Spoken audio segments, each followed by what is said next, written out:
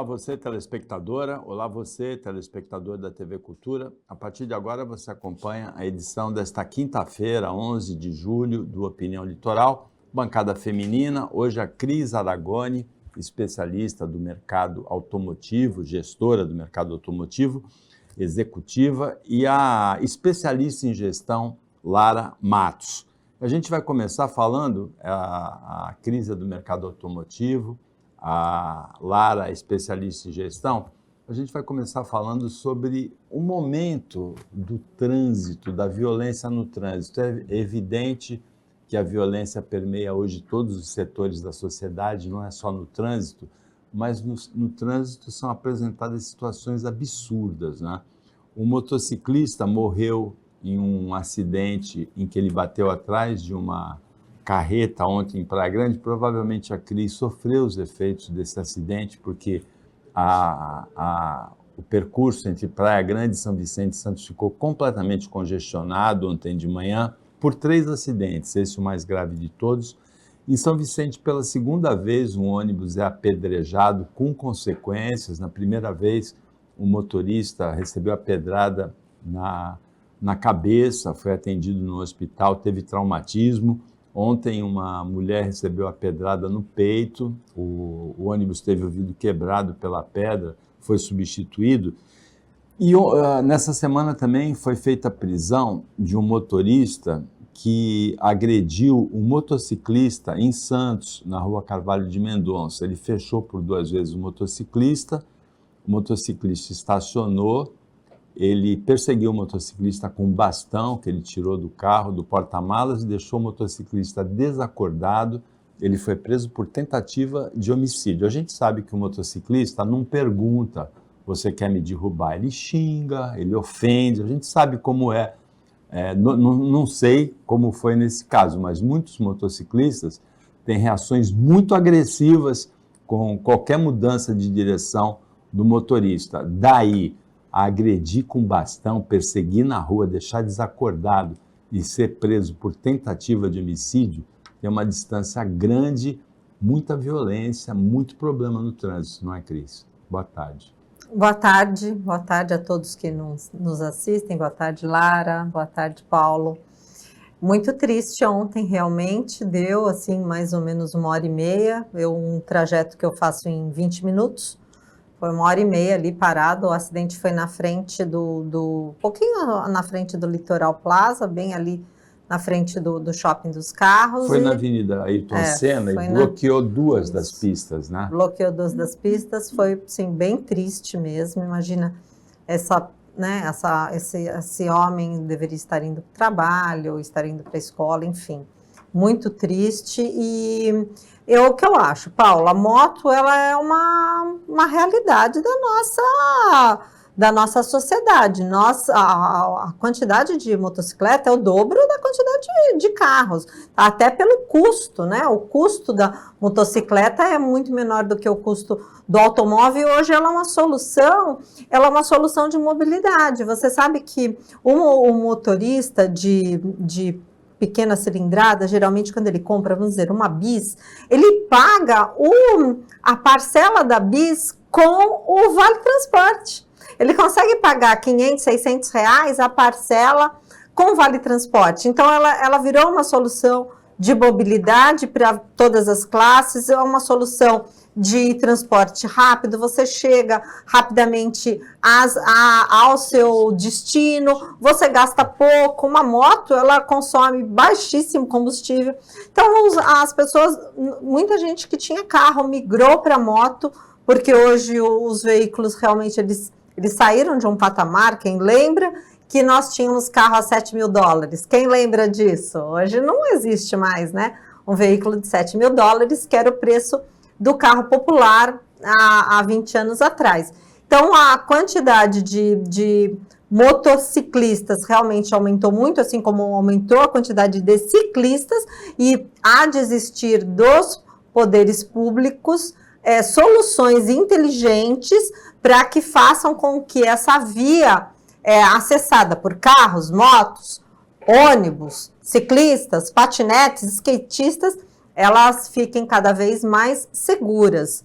o poder público ele não dá mais para olhar para uma via tão importante como a Ayrton Senna, olhar como ele olhava há 20 anos atrás. O fluxo é outro, a gente não precisa mais de feriado para estar com aquela quantidade de veículos intensamente todos os dias, e as soluções têm que vir aí do poder público para trazer mais segurança, porque realmente foi muito triste, Paulo. Boa tarde, Cris. Boa tarde, Paulo. Boa tarde a todos. Justamente eu vejo, Paulo, que essas manifestações de violência no trânsito, elas refletem os estados emocionais das pessoas, né? Quando você está com o estado emocional alterado, muitas vezes você é negligente no trânsito.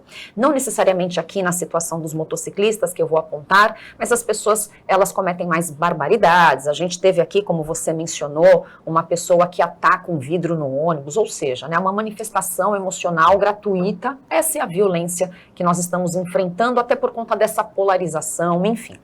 Agora, a Cris bem lembrou, né? Nós, economicamente falando, temos uma população de baixa renda, em sua maioria, e a moto é uma solução.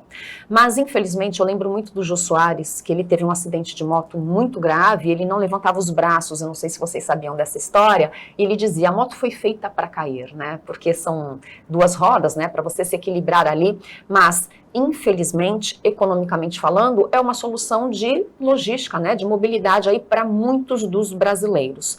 Agora, como isso pode ser minimizado, tanto na questão dos acidentes quanto da violência no trânsito? As leis que regularizam o trânsito, elas precisam de fato ser cumpridas e as penalizações, elas precisam acontecer. Quando você vai para um país, digamos, mais desenvolvido economicamente, por exemplo, como os Estados Unidos, as pessoas são muito educadas no trânsito. Por quê? Porque lá não tem outro jogo, né? Ou você cumpre, de fato, o que é estabelecido, ou você vai para a cadeia.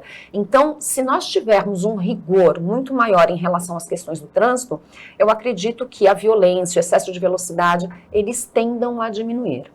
A gente tem nas propagandas de automóveis ou de motocicletas, a paz no trânsito começa com você.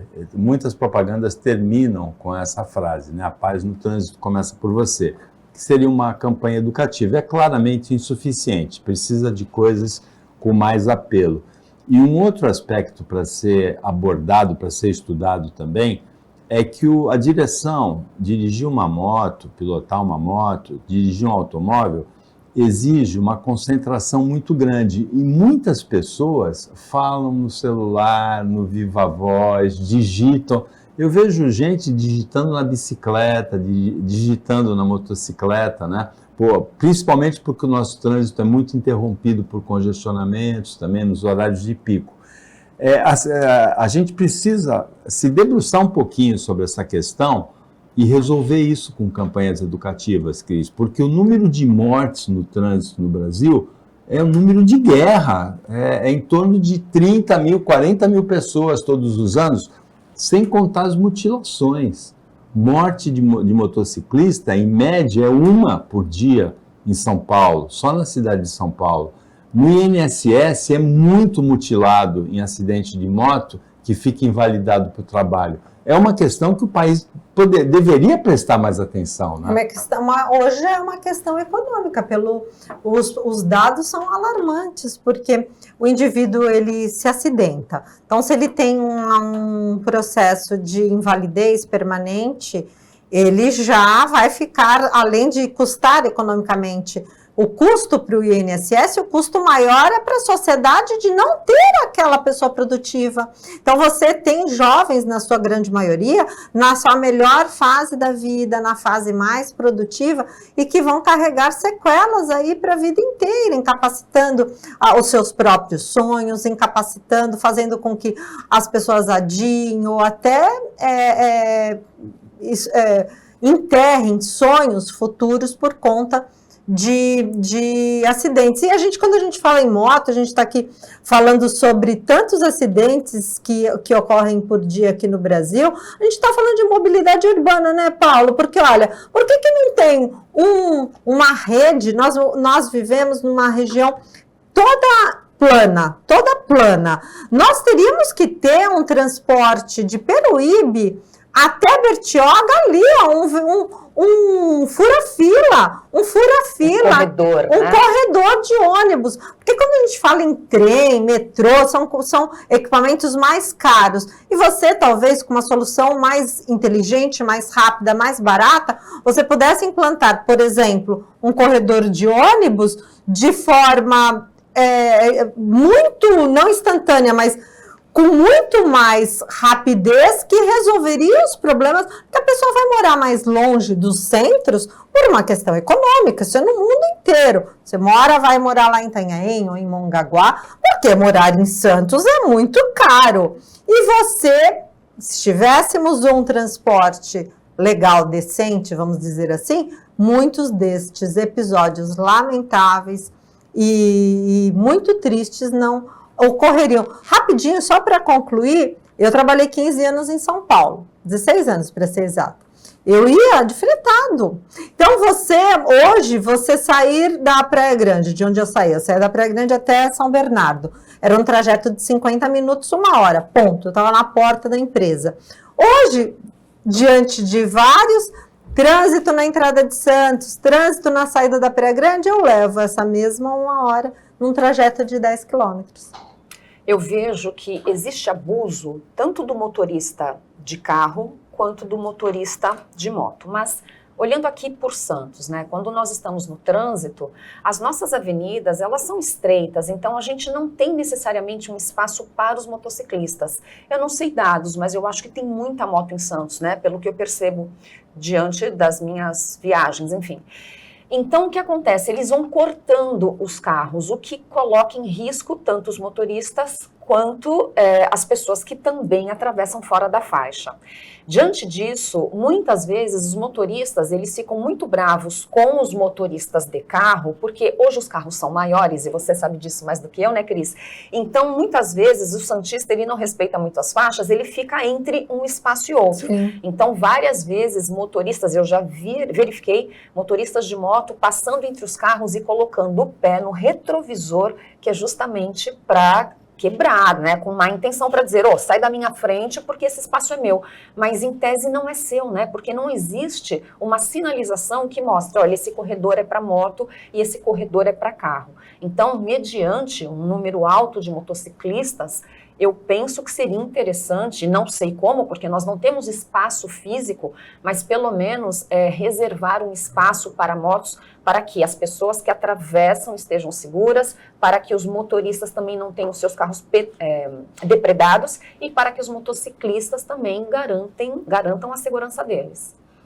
Com Opinião Litoral para o intervalo. Fica com a gente que é bem rapidinho.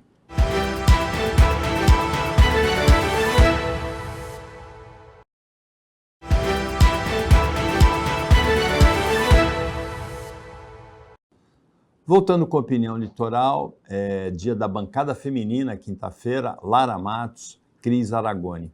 Lara, a pesquisa CAST, divulgada ontem, Genial CAST, mostrou que a aprovação do Lula subiu um pouquinho para 54%, se descolou da reprovação de 43%. Você vê isso na rua, você acredita nessa pesquisa? Você entende por quê, ou quais os fatores que levaram essa melhorazinha na popularidade do Lula? Então, Paulo, não é de muito surpreender a considerar que ele foi eleito por 51% da população. Então, ok, 54% de aprovação, talvez tenha tido sim, talvez não, como mostra a pesquisa, houve sim um aumento.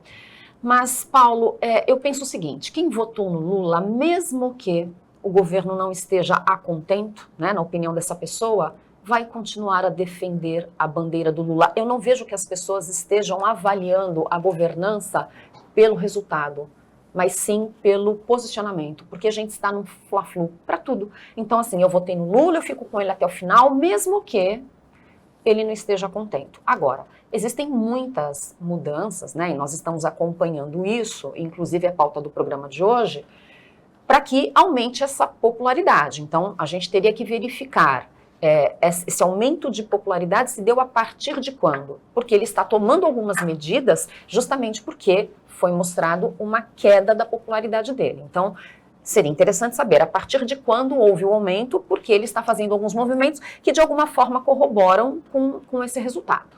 Outras pesquisas anteriores já mostravam esse aumento da popularidade dele, Cris.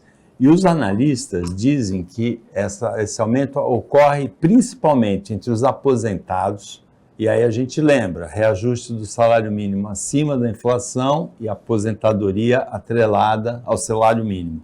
Dona de casa que vê o preço no supermercado, e a inflação de alimentos vinha alta, deu uma queda agora. E trabalhadores sem carteira assinada.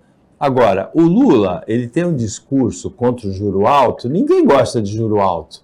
Então, na hora que ele diz assim, eu não gosto de juro alto, não sei o quê, o presidente do Banco Central, ele acaba granjeando uma certa simpatia, que não é muito para ele, mas é contra o juro alto, né, Cris? Então, Paulo, o Lula, ele é muito habilidoso, é um grande político e ele sabe fazer aquele jogo quando ele está vamos dizer assim, quando a coisa está meio nebulosa, não tem muito a apresentar, ele, como diz a Lara, uma governança, sim, nota 4, né, não passa de ano.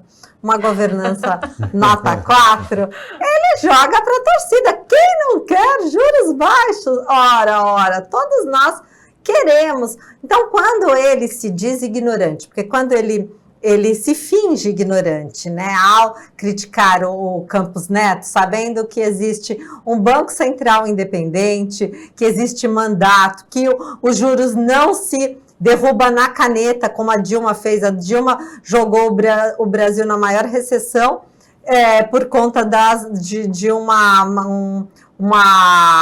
posicionamento heterodoxo da economia e jogou o Brasil numa recessão onde o mundo inteiro estava crescendo. Ele sabe disso, ele é muito habilidoso, inclusive o governo do Lula, o Lula 1, foi um dos maiores criadores de superávit fiscal. A gente tem que dar a César o que é de César. Lá em 2001, ele fez uma gestão muito ortodoxa, com responsabilidade fiscal, ocasionando, naquela ocasião, a oportunidade de diminuição de juros e de aplicação de políticas públicas que deram aí um holofote às políticas sociais do primeiro governo Lula, muito baseado a excelente gestão que ele teve na época do Palocci e com o Meirelles à frente ao Banco Central. Ele sabe que ele pouca coisa pode fazer e o que fará com que os juros caia é uma sinalização de eficiência, é uma sinalização de boa gestão, é uma sinalização de melhor gasto nos recursos dos impostos dos brasileiros, porque veja bem, dinheiro público não é dinheiro de ninguém. Dinheiro é público, vamos gastar à vontade? Não. O dinheiro público é o dinheiro de todos nós pagamos. Mesmo o cara que não paga o imposto de renda, ele paga o imposto no produto agregado e o governo tem a obrigação de gerir bem estes impostos com eficiência, eficácia e responsabilidade e abrindo, sim, a partir daí, um corredor para que o Banco Central independente ele diminua a taxa de juros e assim vai diminuir aquele custo do cheque especial, o custo dos produtos, o custo do financiamento que é tão caro, pago por todos nós brasileiros.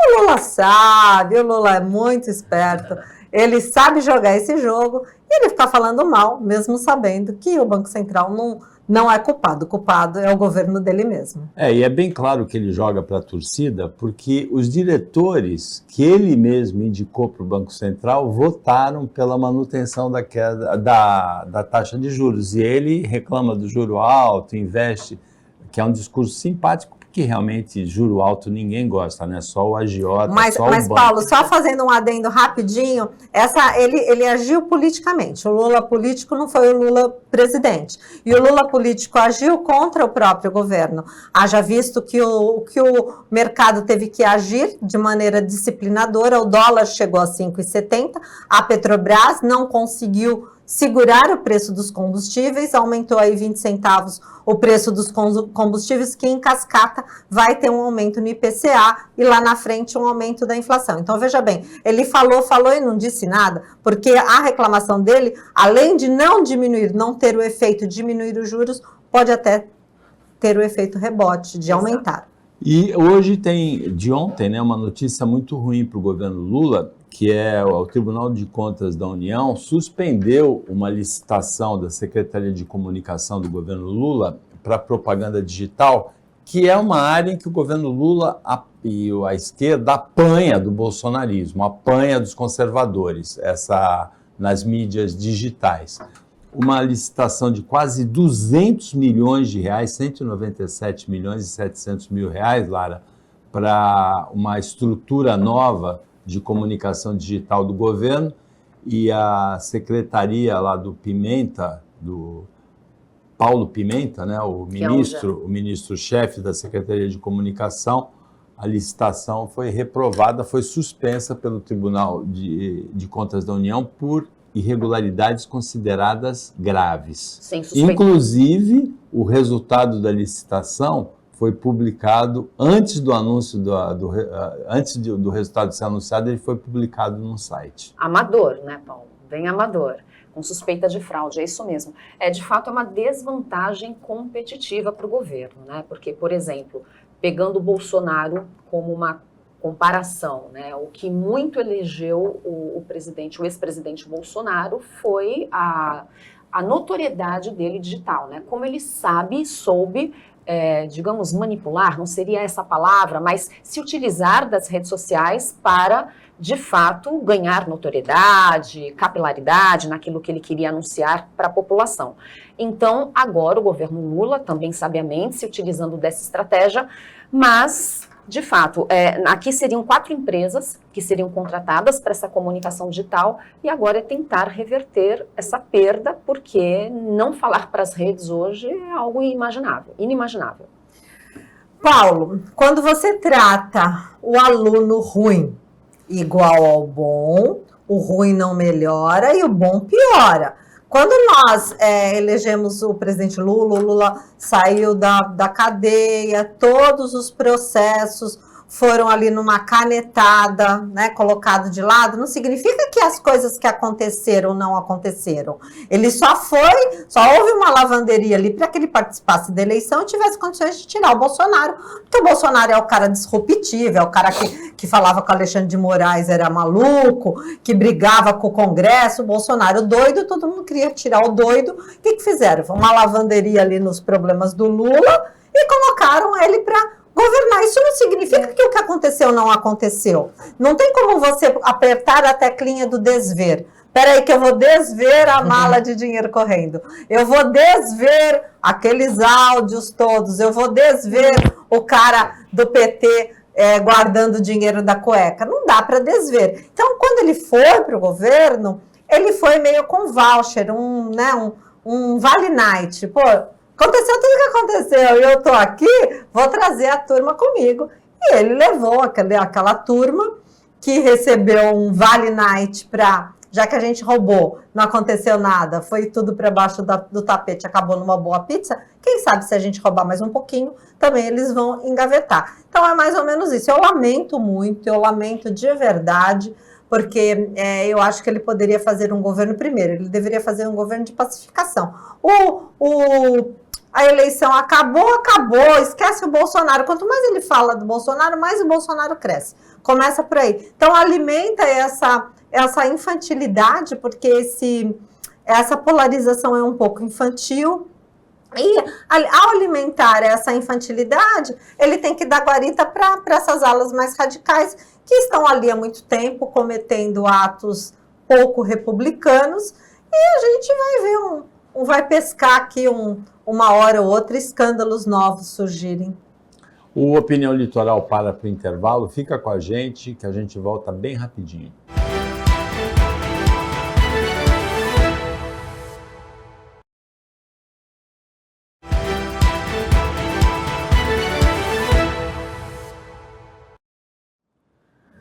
Voltando para o último bloco do Opinião Litoral desta quinta. A bancada é feminina e o assunto é violência contra a mulher. No Paraná, uma mulher que levou uma filha pequena, bebê, para o pai conviver com ela, porque ela mudou para Santa Catarina depois da separação, ela sofreu violência sexual, estupro pelo ex-companheiro.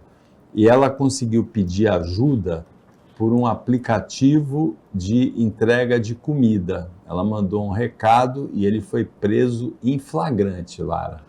Sabe o que me chamou a atenção nessa situação? Claro, além de toda a violência, mas a sensibilidade de quem recebeu essa comunicação pelo aplicativo de comida, porque eu me coloquei no lugar dessa atendente. Eu não sei se eu talvez considerasse aquela informação um trote.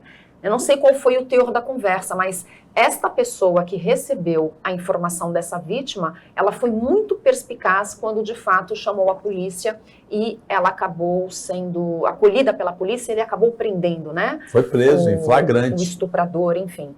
Então, que bom, né, Paulo? Assim, mas o estuprador era o pai? Isso que eu não entendi. O estuprador era o pai da criança. Ela separou, mudou para Santa Catarina, trouxe a criança para conviver com o pai no Paraná e sofreu a violência sexual do pai da criança nessa visita. E aí ela ficou presa e ela mandou... essa mensagem, olha aí. Essa mensagem aí, ó. Me ajuda, manda a polícia para esse endereço. Fui estuprada e violentada pelo homem que tem, com quem ela tem uma filha. Meu Deus, que bom que a pessoa que recebeu teve a sensibilidade de agir, né? Porque poderia passar totalmente desapercebido. Isso é um trote, ou jogar fora essa comanda, eu não sei. Né? Ela foi ajudada e foi para uma casa de acolhimento com a filha no Paraná e o estuprador foi preso, Cris. Nossa, que parabéns para quem foi rápido, né, em fazer essa análise ali da mensagem e salvou essa mulher. Parabéns, realmente. E a Lara estava brincando comigo no intervalo, perguntando se eu como pão de forma. Muito raro, mas eu até vou ter uma dúvida depois no final, eu tive essa dúvida de manhã. Mas um estudo mostrou que alguns pães de forma bem conhecidos têm um teor de álcool muito alto, que seria, dependendo do número de fatias que a mulher ou o homem comerem, seria detectado pelo bafômetro. Os principais, os que têm mais teor de álcool, são o Balduco e o Visconti, que são as duas marcas de panetones mais vendidas no Brasil, mas é no pão de forma. Mas o Vic Bold, vários modelos do Vic Bold também têm um teor de álcool alto, embora abaixo do Visconti e do Balduco, né, Lara? Sim, sem dúvida. A questão aí é que pode ser pego no bafômetro. Um deles, que é o campeão, como você disse, chega a 3% por fatia. E isso é derivado do processo de fermentação. E olha que durante o processo de fermentação ainda exista a evaporação desse etanol produzido. Então eu acho que o que preocupa é justamente isso. Imagine que você tome um café da manhã farto, comendo várias fatias de pão, e aí você é pego no trânsito. Como é que você vai explicar que você está embriagado por conta do pão? Mas como você disse, são marcas conhecidas, então não é um processo equivocado, não, é um processo natural. Agora, como resolver isso, Paulo, eu não sei. Daí você come um pãozinho e fica... Você quando come um pãozinho, já fica no barato. Faça um favor, a Lara deu uma explicação científica sensacional, mas é inacreditável isso. Tem que refazer essa análise. Agora, não é possível. Uma boa solução para isso, Lara, é colocar o pão naquele grillzinho, né? Isso. Porque aí o álcool vai evaporar. O álcool, pronto. No misto quente já não tem tanto risco assim. É mais para quem come a fatia de pão de forma crua, né? Sim, sem dúvida. Cuidado com o Balduco, com o Visconti, até eles mudarem o processo aí de fabricação. Mas também o Vic Bold, numa dose menor, mas também tem o teor de álcool. Vic Bold é em torno de 1%, alguma coisa. Então vai de 1 a 3,5, mais ou menos. 3,5 é o que tem mais, né? Que é o Balduco, né? Agora, uma juíza recebeu voz de prisão de um advogado, uma situação completamente absurda aqui em Diadema, no ABC, na Grande São Paulo. Ela recusou um recurso numa vara do trabalho. Ela recusou um recurso apresentado pelo advogado. Aí o advogado passou a dizer que ia interromper ela continuamente, que não aceitou a decisão dela de não aceitar o recurso e que falou que ia interromper continuamente. Ela suspendeu o processo, adiou para uma outra data e aí ele deu voz de prisão para ela por abuso de poder. Ela chamou os seguranças, se retirou da sala, a coisa foi grave. E o advogado a Corregedoria Nacional de Justiça pediu que a Ordem dos Advogados do Brasil tome providências, que haja contra esse advogado, Cris.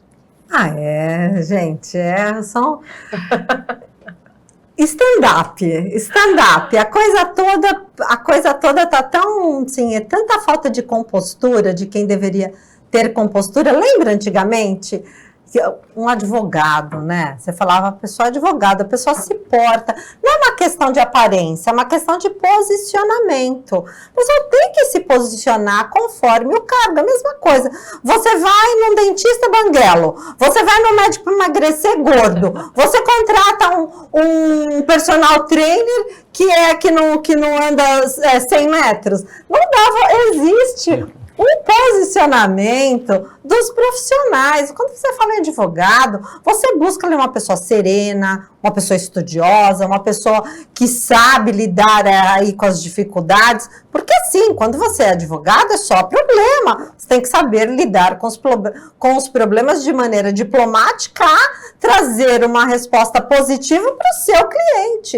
E o juiz é a mesma coisa, a gente vê juiz hoje tirando foto no boteco, vê delegada tirando foto de ministra. Veja bem, as pessoas podem até me massacrar com essa, né? O pessoal vai me xingar, pode xingar. Mas é a minha opinião. Eu acho que tem que existir um posicionamento que ele é harmônico ao status profissional que a pessoa está existindo. Ou eu estou em outro planeta, eu estou errada, Lara? Eu penso que nessa situação houve aí um abuso desse advogado em relação à juíza que é mulher. Eu não quero polemizar, mas assim, ele está sendo, não sei se investigado, seria a palavra, por abuso de autoridade, porque ele foi muito reticente com o posicionamento dela, e ele saiu, salvo engano, daquela situação, e ela foi protegida, inclusive, por alguns pares que estavam lá. Então, será que ele teria essa postura se fosse um juiz homem? Então, além de tudo, o cara é covarde. Porque se ele tem uma postura... Porque todo agressor de mulher é um grandíssimo de um covarde, né? Põe ele na frente de um homem forte, se ele vai, ele afina. Então, o agressor de mulher é um cara covarde. Então, isso que a Lara está falando é pura verdade. Além de tudo, além de não se portar, de não se posicionar adequadamente ao status profissional que ele tem, é um cara covarde que foi para cima da juiz por ela ser mulher. Porque, independentemente do gênero, existe uma questão hierárquica. Então, ele, como advogado, existe uma hierarquia. A juíza é a hierarquia maior naquela situação.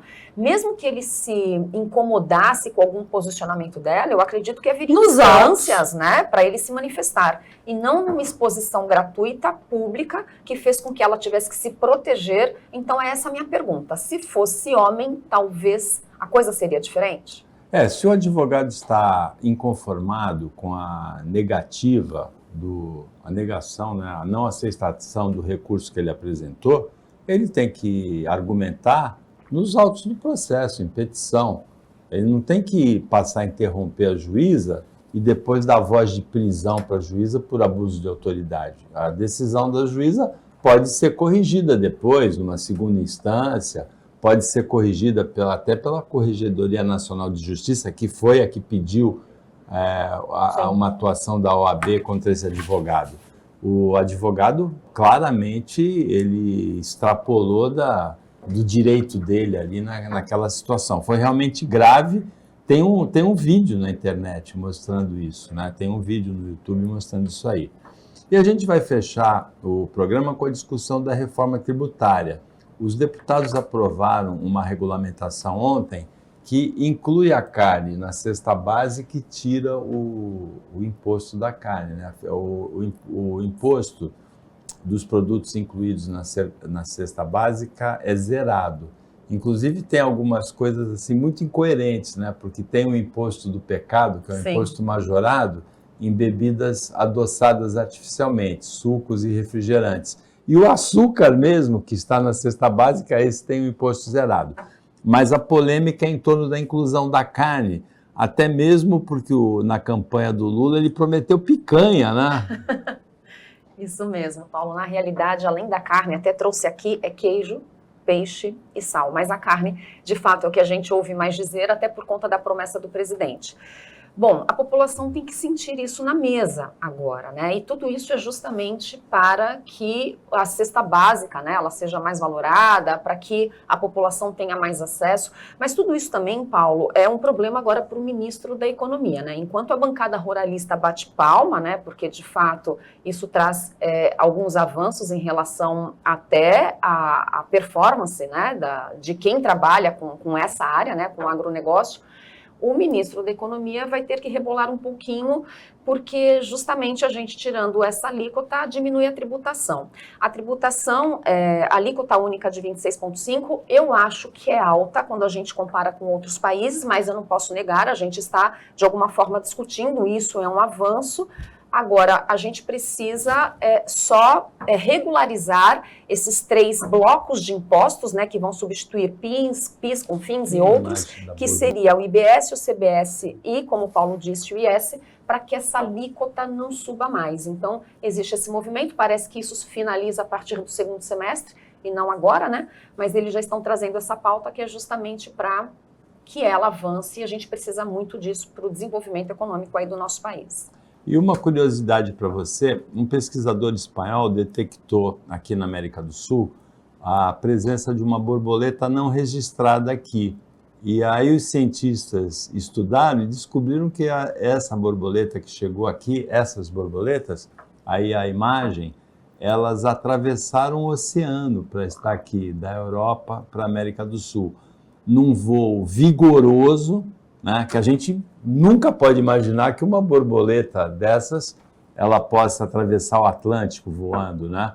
Mas também com a ajuda de correntes de ar. Então, desvendar nesse mistério da presença dessa borboleta europeia na América do Sul.